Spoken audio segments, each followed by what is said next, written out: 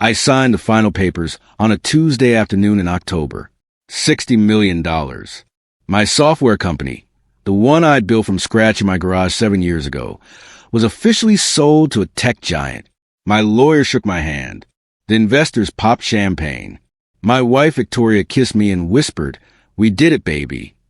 We drove home in our new Tesla, her hand on my thigh, both of us grinning like idiots. I was 34 years old and set for life. That evening, I surprised Victoria with reservations at Marcello's, the most expensive Italian restaurant in the city. The place where we'd had our first date 9 years ago when I was broke, and she insisted on splitting the bill. Now I could buy the whole restaurant, if I wanted. We dressed up. She wore a red dress that made my heart race. I wore the suit she'd bought me for the investor meetings. We looked perfect together. Successful.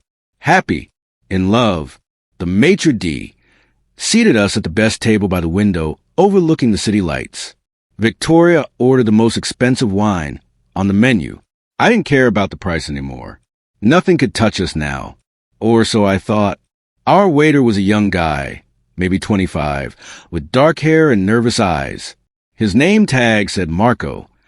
He took our order with shaking hands, nearly dropping his notepad twice. "First day?" Victoria asked with a smile. "Third week, actually," Marco said quietly, "still getting used to it." "You're doing great," I said, trying to be encouraging.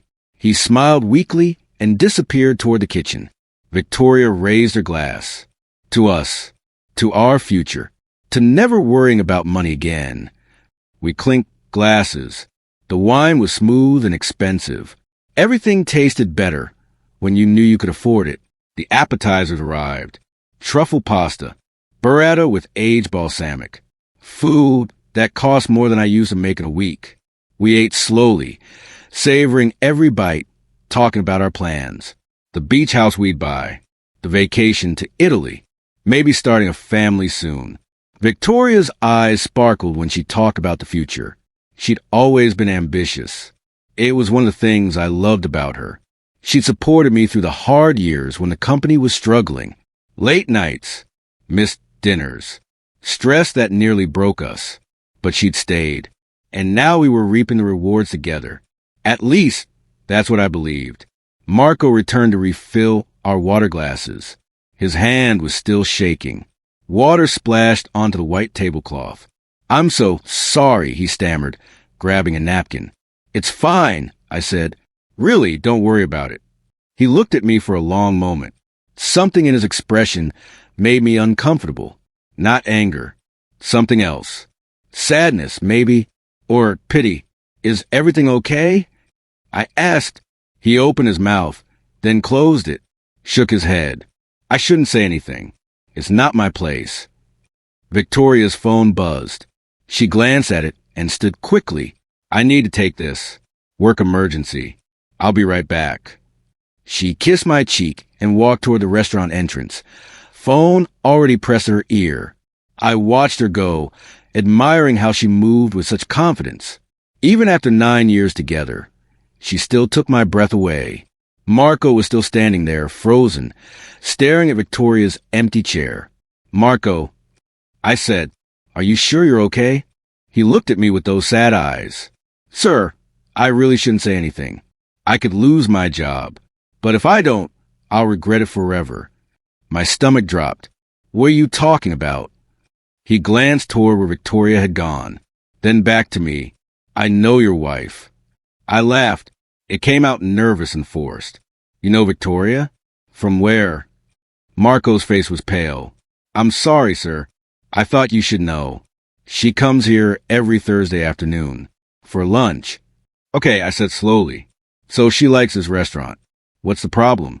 "She doesn't come alone." The words hung in the air between us. I felt cold suddenly despite the warm restaurant. "What do you mean?" "She comes with a man. They sit at that table in the corner. The private one. They've been coming for months. Maybe longer. I've served them at least a dozen times." I stared at him, my brain refusing to process what he was saying. "You're wrong. You have her confused with someone else." "I don't think so, sir. Red hair, green eyes, That same perfume.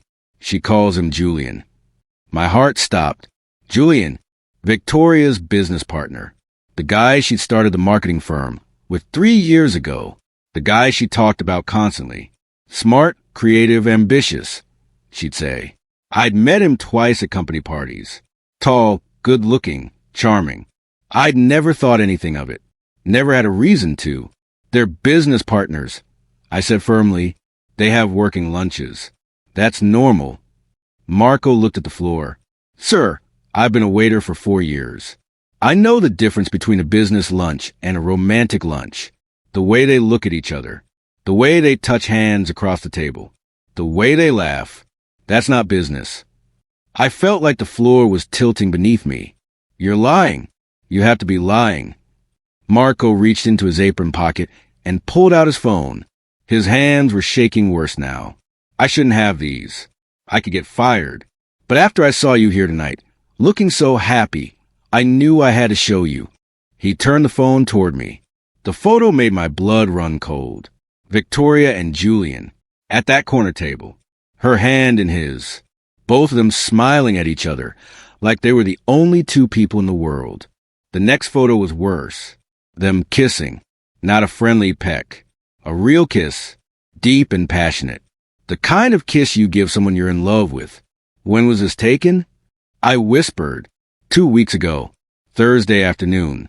Like always, I scrolled through more photos. Different dates. Different outfits. Same intimacy. Same betrayal. In one photo, Julian was feeding her dessert. In another, his hand was on her thigh under the table. Victoria's face in every photo showed pure happiness. The kind of happiness I thought she only had with me. Why do you have these? I asked, my voice hollow. Marco put his phone away. Because my sister went through something similar. Her husband cheated for years. Nobody told her. When she finally found out, she said the worst part was that people knew and stayed silent. I promised myself I'd never let that happen to someone else if I could help it. I sat there staring at the empty chair across from me. Victoria's wine glass still had lipstick on the rim. Her napkin was folded neatly beside her plate. Everything looked normal, perfect, but nothing was real. How long have you known? I asked Marco. I recognized her the first time. She came with him. About 4 months ago. But she might have been coming before I started working here. I don't know. For months. Maybe longer. While I was working 18-hour days building the company. While I was stressing about investors and deals and making us rich. She was here with Julian. Thank you for telling me. I said quietly. I'm so sorry, sir. I really am. Marco walked away, leaving me alone at the table. I picked up my phone, opened our text messages, looked at all the times she'd said she was working late, having dinner with clients, meeting with Julian about business strategies. All those Thursday afternoons when I was at the office and she said she was working from home. How many of those were lies? How long had I been the fool? Victoria came back 5 minutes later, sliding into her seat with a bright smile. Sorry about that. Crisis averted. Where were we? I looked at her, really looked at her. Her perfect makeup, her designer dress, her expensive jewelry. Everything I'd bought her with money I'd earned while she was betraying me. Who was on the phone? I asked. Oh, just Julian. We have a big pitch tomorrow. He's nervous. I watched her cut into her pasta, watched her take a sip of wine, watched her check her phone and smile at something. Everything she did felt like a lie now. How's the business going? I asked carefully. Really well. Actually, Julian and I make a great team. We just landed another huge client. Tech startup. 6-figure contract. She said his name so easily, like it meant nothing. You two spent a lot of time together. Well, yeah, we're business partners. That's kind of how it works. She laughed and reached across the table to squeeze my hand. Don't worry, babe. You're still my number one. The words felt like acid. I pulled my hand away and picked up my wine glass. Do you come here often? For business lunches. Something flickered across her face. Quick. Almost too fast to see. Sometimes. Why? Just curious. Marco said he's seen you here before. Her eyes darted toward where Marco was serving another table. When she looked back at me, her smile was tighter. Yeah, Julian and I grab lunch here occasionally. The food is amazing, and it's close to our office. Why are you asking? No reason. I took a long drink of wine, just making conversation. But she knew. I could see it in her eyes. That flash of panic. That calculation. She was trying to figure out what Marco had told me. How much I knew. That waiter seems incompetent, she said lightly. He spilled water earlier. Nearly ruined my dress. The rest of dinner was torture. Victoria kept talking about our future. The things we'd buy. The places we'd go. All the dreams we'd have now. That money was an issue. Every word felt like a knife. I nodded, smiled when I was supposed to, acted like everything was fine. But inside, I was breaking. When the check came, I paid without looking at the total. Left a huge tip for Marco. He caught my eye as we stood to leave. I nodded at him. A silent thank you. In the car ride home, Victoria talked nonstop. She was in a great mood, energized by the wine and the food and the celebration. I drove in silence, my mind racing. Should I confront her now? Wait until I had more evidence? Part of me wanted to believe Marco was wrong, that there was an explanation. But those photos didn't lie. The way she'd looked at Julian, the way she'd touched him, that was real. We pulled into our driveway. Our house, the one I bought 3 years ago when the company started making real money. Victoria had picked it out, decorated it, made it ours. Or so I thought. Thank you for tonight, she said, leaning over to kiss me. It was perfect. I kissed her back on autopilot, tasted the wine on her lips. Yeah, perfect. We went inside. She kicked off her heels and headed upstairs. I'm exhausted. I'm going to take a shower and go to bed. Don't stay up too late. I watched her disappear up the stairs. I sat in the dark living room for an hour, just thinking, processing, trying to understand how I'd missed this. Were there signs? Things I should have noticed? I pulled out my phone and opened Victoria's Instagram, scrolled through her recent posts. Photos of us at nice restaurants, on vacation, at company events, the perfect couple. But between those posts were others. Photos from her marketing firm, her and Julian at conferences, at team dinners, in the office late at night. Nothing explicitly romantic. But now that I knew, I could see it. The way they stood close together. The way his hand rested on her shoulder in multiple photos. The inside jokes and comments. How had I been so blind? I opened her laptop, sitting on the coffee table. She left it open. Logged in. I knew her password. Had known it for years. We'd always been open about that kind of thing. No secrets. Except apparently there were secrets.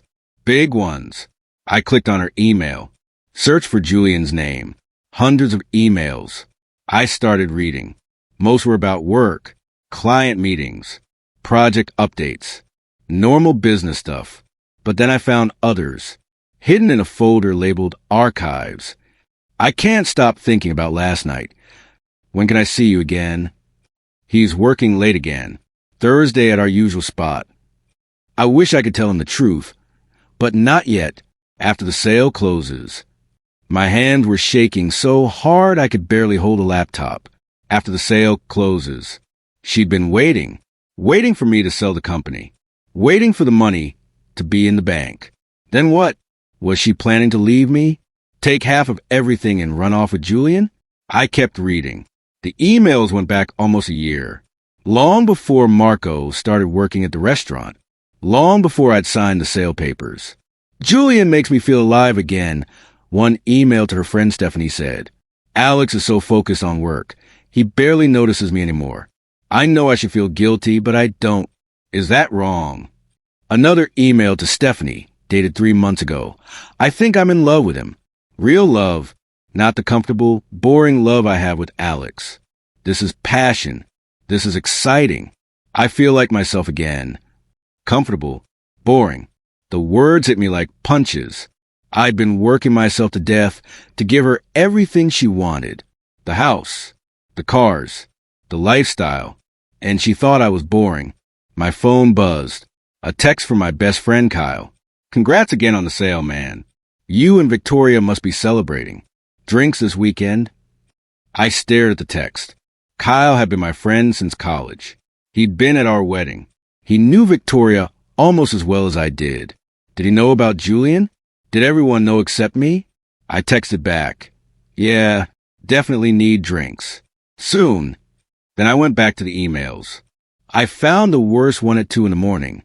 Sent just 3 days ago. The day before I signed the sale papers. Soon we won't have to hide anymore. Julian had written. Once the money is in the account, we can make our move. You file for divorce. We take your half and start our life together. Maybe even expand the business. Everything is falling into place perfectly. Victoria's response made me sick. I know. I just have to play the supportive wife a little longer.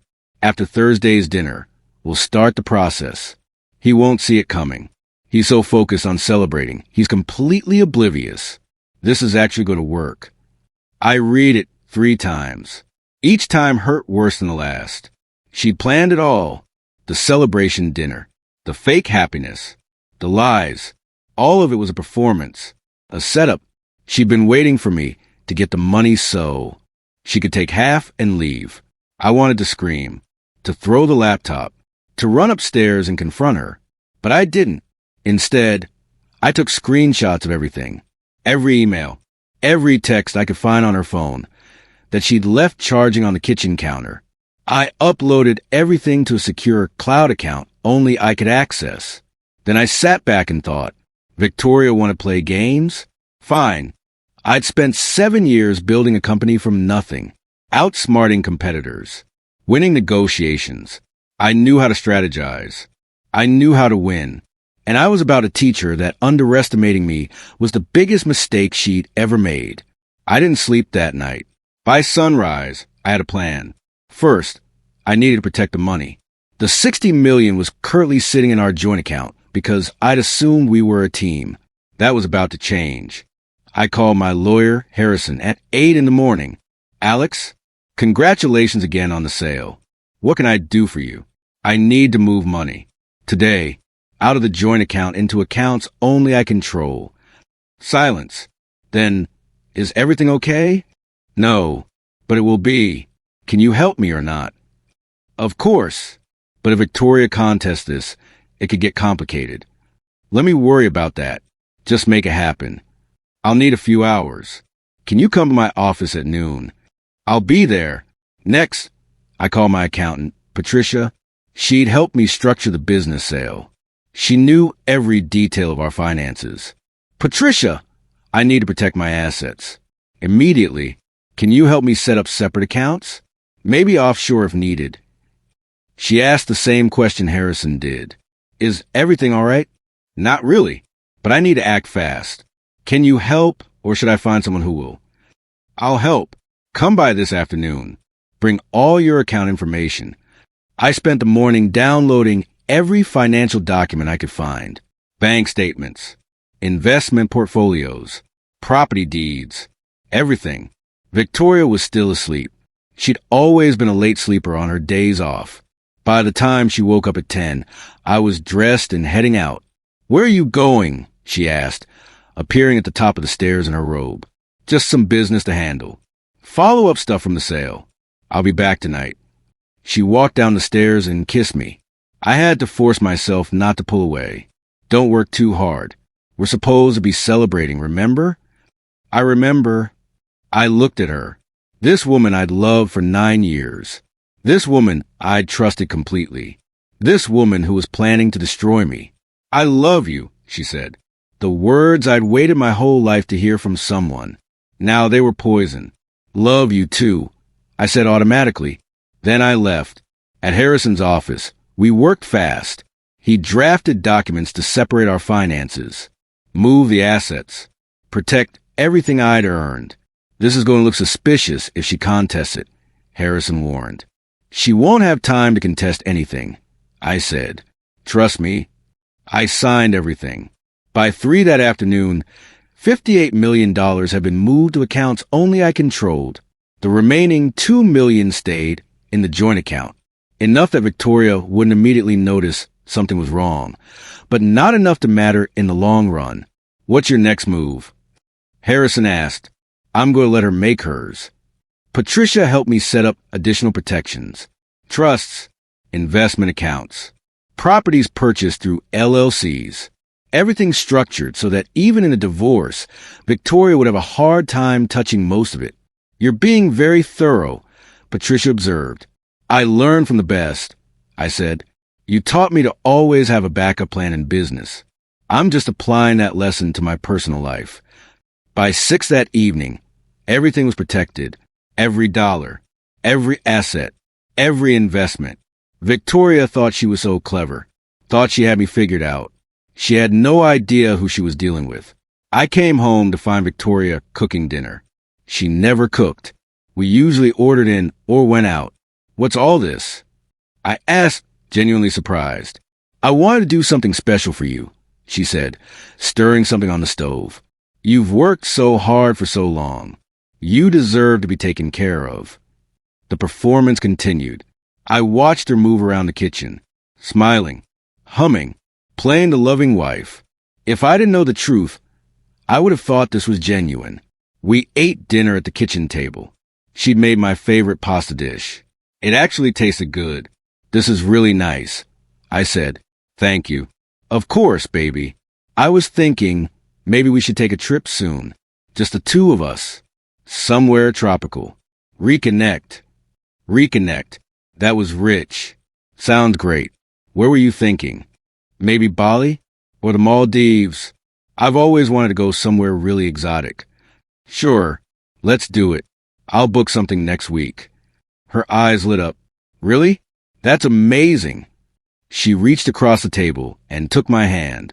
I know I've been busy with the business lately, but I want you to know how much I appreciate everything you've done for us.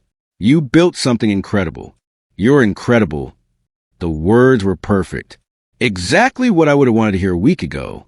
Now they just made me angry. But I smiled. Squeezed her hand. We built it together. We're a team. She smiled back. Always have been. Thursday came. The day Victoria usually had her lunch with Julian.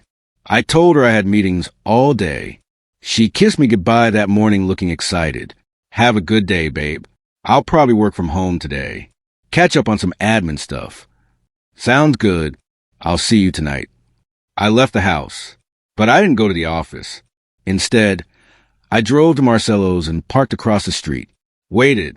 Sure enough, at 12:30, Victoria's car pulled into the parking lot. She got out wearing a dress I'd never seen before. New, expensive looking. She dressed up for him.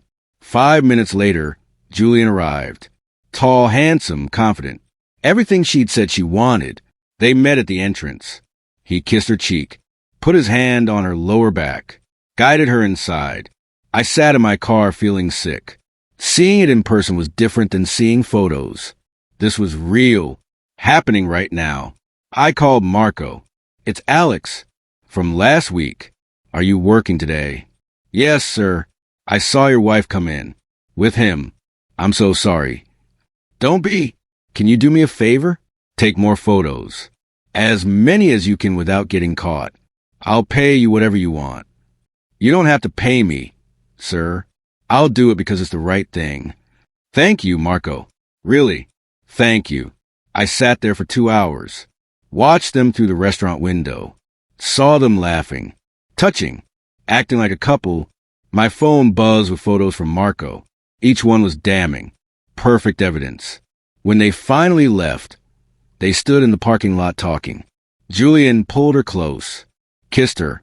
Not quick, long and deep, right there in public, where anyone could see. They didn't care. Thought they were invincible.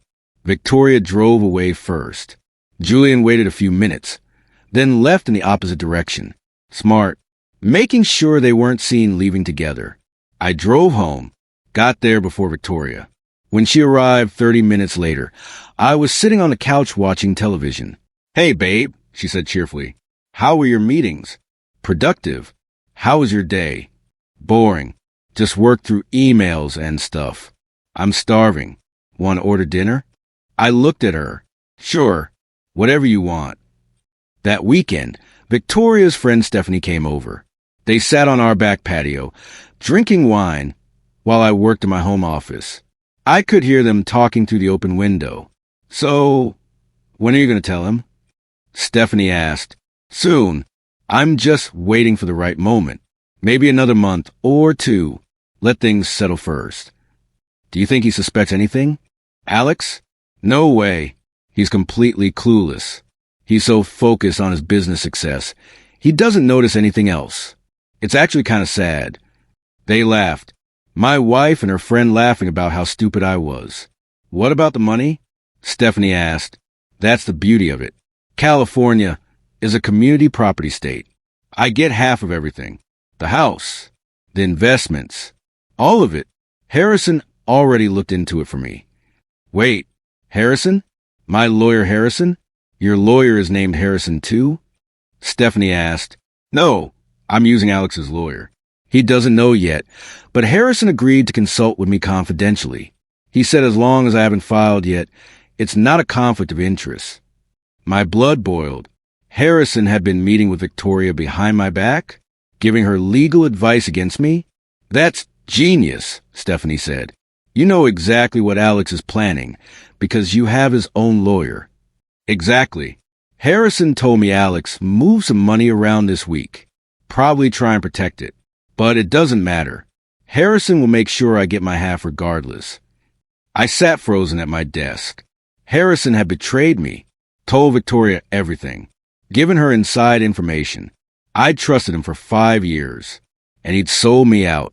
But then I smiled, because I hadn't told Harrison everything. Not even close. Monday morning, I called a different law firm, one of the biggest in the state, asked for their top divorce attorney. Her name was Catherine Brooks. She had a reputation for being ruthless. Perfect. Mr. Hayes, what can I do for you? She asked when we met that afternoon. I laid it all out.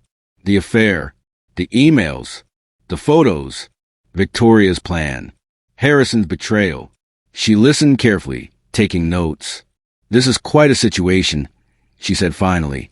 But you've done good work protecting yourself. The separate accounts will help. However, in California, she could still claim half of assets acquired during the marriage. What if the marriage was fraudulent? I asked, what do you mean? What if I can prove she married me under false pretenses?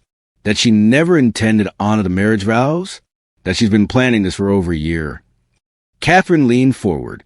That would change things significantly. But you'd need very strong evidence. I pulled out my phone, showed her the emails, the photos, the text messages, everything I had collected. Her eyes widened. This is exceptional evidence. With this, we could argue fraud. Possibly get the prenup enforced if you had won. Wait, did you have a prenup? No, but I had something else.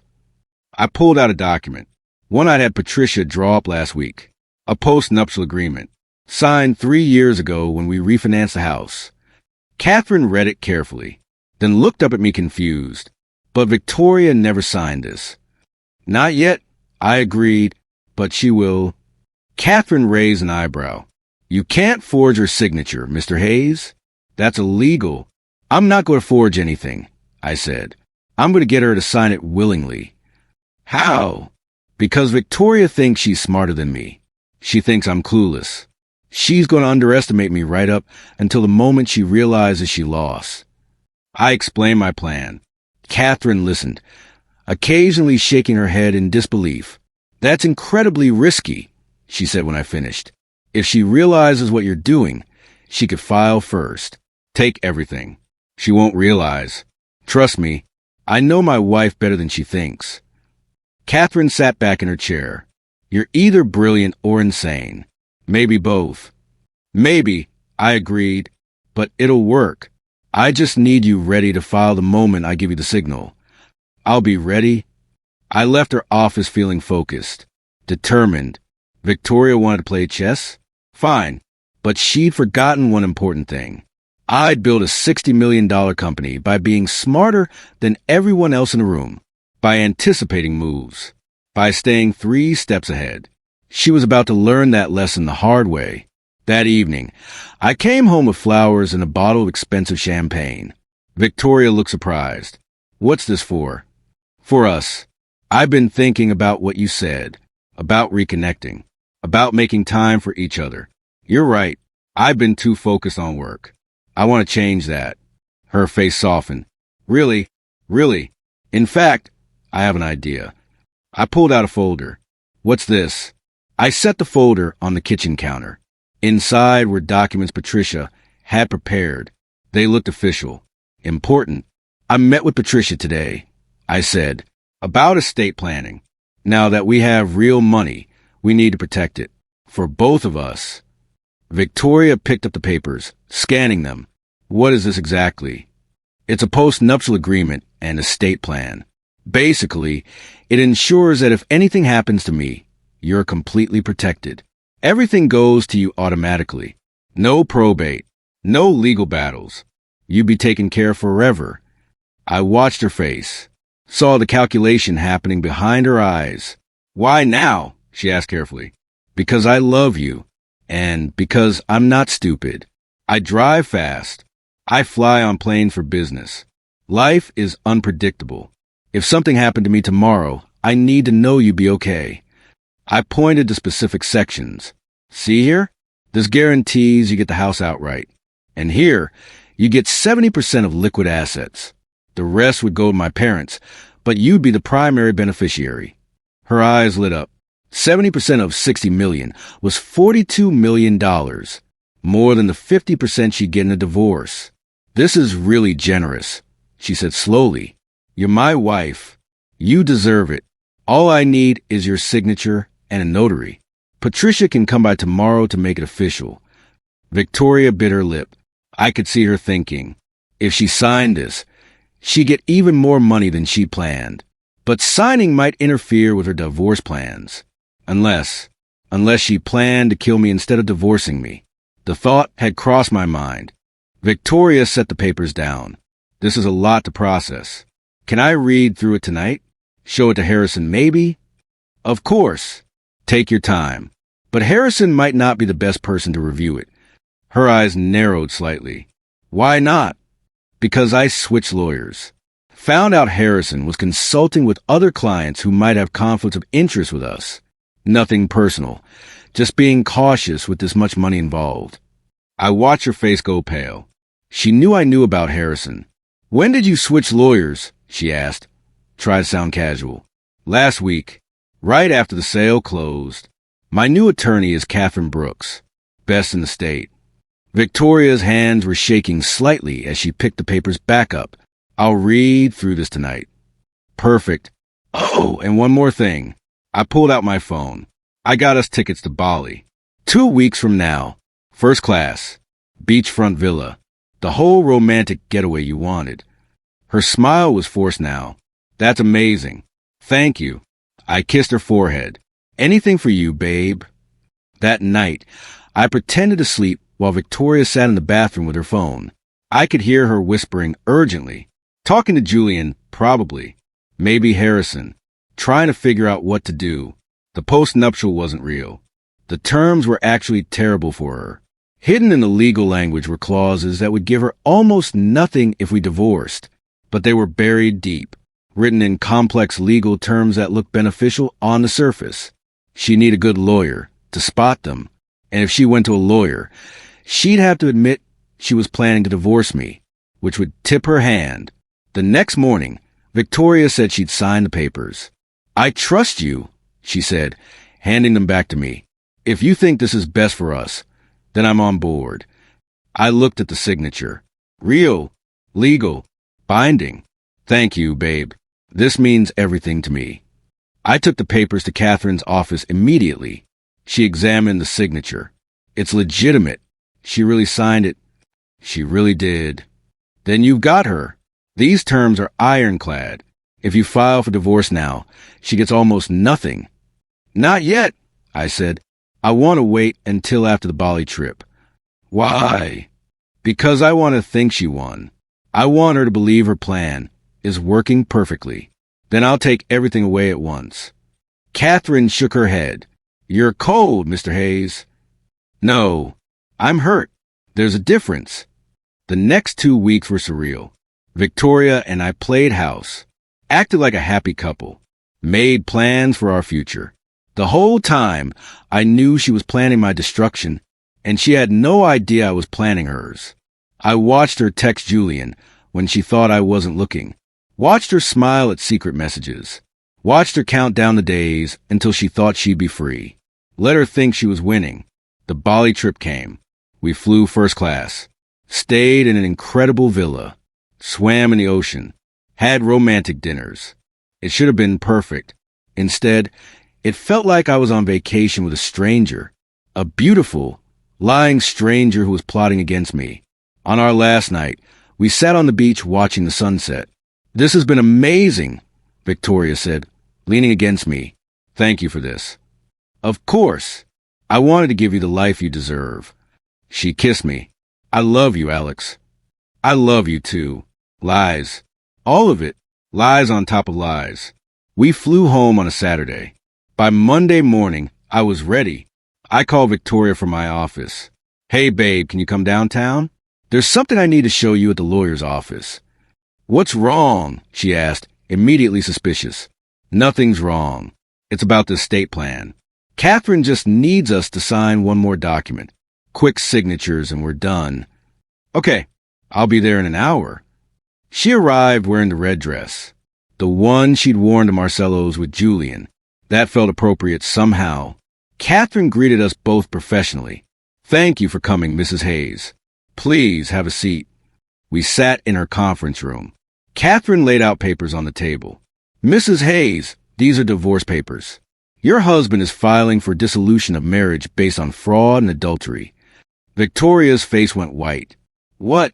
Alex, what is she talking about? I pulled out my phone, showed her the photos from Marcello's, the emails, the texts, everything. I know about Julian. I know about your plan. I've known for weeks. She looked like she might throw up. Alex, I can explain. Don't bother. I'm done listening to lies. Catherine continued. You signed a postnuptial agreement 2 weeks ago. The terms of that agreement are very specific. In the event of divorce due to adultery, you receive nothing. No house. No assets. No alimony. Victoria grabbed the papers, reading frantically. This can't be legal. You tricked me. You signed it willingly. We have witnesses. It's completely legal. I stood. You want to take half my money and run off with Julian? Congratulations. You get nothing instead. You bastard, she screamed. You planned this whole thing. Victoria lunged across the table. Catherine stepped between us. Mrs. Hayes, I suggest you calm down. Everything has been filed legally. Fighting will only make this worse for you. Worse? How could this possibly be worse? Victoria was crying now. Mascara running down her face. I'll fight this. I'll get my own lawyer. I'll expose you. Expose me for what? I asked calmly. For protecting myself from a cheating spouse? Go ahead. Take it to court. Show a judge the evidence of your year-long affair. See how that works out for you. She collapsed into the chair. You don't understand. Julian and I, we have plans. We were going to build something together. With my money? Not anymore. I pulled out another folder. Oh, and about Julian. I had a private investigator look into him. Turns out he's married too. Has been for 6 years. His wife had no idea about you either. Victoria's face crumbled. No, that's not true. It is true. Here's the report. Photos of Julian with his wife and 2 kids. Nice family. I sent her copies of everything too. She's filing for divorce as we speak. And since their business was also in both their names, Julian's about to lose everything just like you. Victoria stared at the photos. Julian smiling with a blonde woman and 2 young children. A whole secret life she'd known nothing about. He told me he was single, she whispered. He lied, just like you lied to me. Funny how that works. Catherine handed Victoria more papers. These are the official divorce documents. You have 30 days to respond. I suggest you get a good attorney. You'll need one. Victoria looked at me with pure hatred. I hope you're happy. I hope destroying me makes you feel better. I'm not destroying you, I said quietly.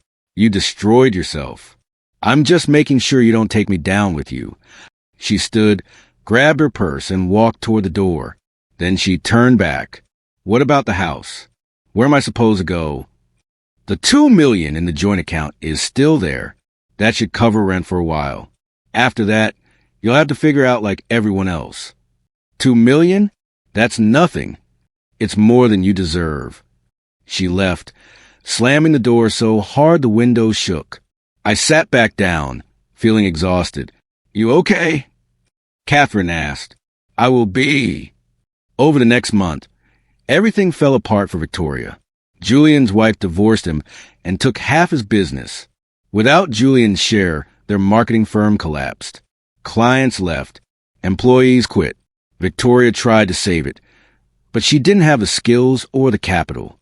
The business closed within 6 weeks. Harrison was disbarred for the conflict of interest. Turned out he'd been doing the same thing to multiple clients, using insider information to help spouses in divorce cases. My complaint triggered an investigation that destroyed his career. Good. Victoria moved into a small apartment across town. I heard through mutual friends that she was struggling, working as a waitress at a chain restaurant. The irony wasn't lost on me. Her parents called me once, begged me to reconsider, to help their daughter. She made a mistake, her mother said. Everyone makes mistakes. A mistake is forgetting an anniversary, I replied. What Victoria did was calculated betrayal. There's a difference. I hung up and blocked their numbers. The divorce was finalized 3 months after I filed. Victoria got nothing. The post-nuptial held up in court. The judge looked at the evidence of the affair, the fraud, the planning, and ruled in my favor. Completely. I kept everything. The money, the house, the investments, all of it. She left the courthouse that day looking broken. Part of me felt bad, but only a small part. The part that remembered the woman I thought I'd married. The woman who never really existed. 6 months after the divorce, I ran into Marco at a coffee shop. He recognized me immediately. Mr. Hayes, how are you? Better, I said honestly. Much better. Thank you for what you did that night. You changed my life. I'm glad I could help. I heard through the restaurant gossip what happened. I'm sorry you had to go through that. Don't be sorry. You saved me from years more of lies. I owe you. I handed him an envelope. What's this? Open it. Inside was a check for $50,000. Marco's eyes went wide. I can't accept this. I was just doing the right thing. And I'm just saying thank you. Use it for school. Or whatever you want. You deserve it. He hugged me, tears in his eyes. Thank you. Thank you so much. I started a new company a few months later. A different industry. Fresh start. This time, I was smarter about who I trusted. More careful about who I let into my life. I bought a new house. Smaller than the one I'd share with Victoria. But it was mine. Really mine. No memories. No ghosts. Just possibility. One evening, I was having dinner at a different restaurant when I saw her. Victoria. She was serving tables, wearing a tired expression and an ugly uniform. She saw me too. Our eyes met across the restaurant. I raised my glass slightly, not in celebration, not in mockery, just acknowledgement. She looked away first. I finished my meal, left a generous tip for my waiter, and walked out into the night air. My phone buzzed. A text from Kyle. Drinks tomorrow? Got some people I want you to meet. Sure, I texted back. Why not? Because life wasn't over. This wasn't the end of my story. It was just the end of one chapter. A painful, expensive, necessary chapter. I'd lost a wife, but I'd gained something more valuable. I'd learned who I really was, what I was capable of, what I deserved, and I'd learned that sometimes the people you trust most are the ones who hurt you deepest. But surviving that hurt, beating them at their own game, protecting yourself when no one else will, that's power. Real power. I got in my car and drove home. My home. And for the first time in months, I smiled. A real smile. Because I thought life was perfect after selling my business for $60 million. But I was wrong. Life wasn't perfect then. It was a lie. Now life was honest, messy, complicated, mine, and that was better than perfect any day.